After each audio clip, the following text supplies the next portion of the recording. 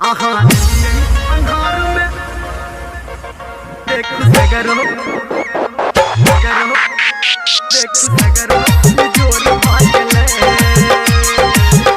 by Mythili DJ Sumit Satish रैना।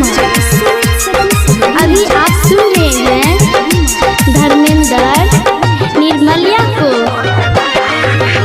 हमरा दिल में ईश्वर भागले, हमरा दिल में ईश्वर भागले। एलियही अन्हार में सुनहु ये जान देखु सगरो जोर भागले। एलियही अन्हार में सुनहु ये जान देखु सगरो जोर भागले। हमरा दिल में ईश्वर भागले, हमरा दिल में ईश्वर भागले। एलियही अन्हार में सुनहु ये जान देखु सगरो जोर भागले। एलियही अन्हार में सुनहु ये जान देखु सगरो जोर भागले।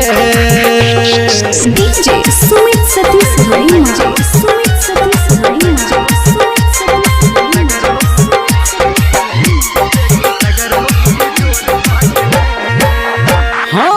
छोट पे लाली अकान के बाली लागे निक बर कपड़ा ये जाली।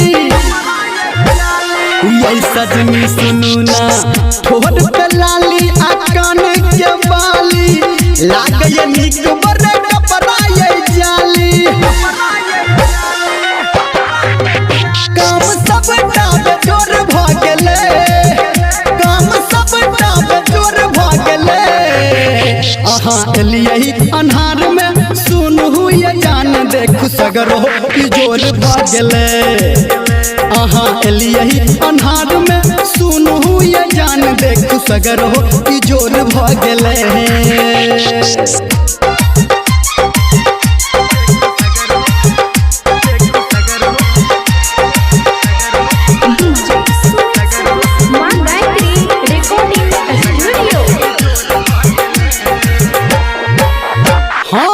मनवा के सपना हमर भेल सबटा पूरा, रहल न आब कुछो हमर ये अधूरा।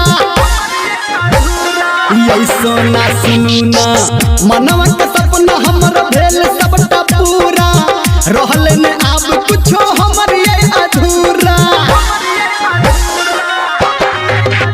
बदरा देख के ही जोर से एलै, बदरा देख के ही जोर से एलै।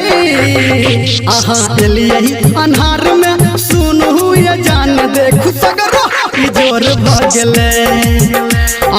एलियही अन्हार में सुनहु ये सोना देखु सगरो जोर भागले।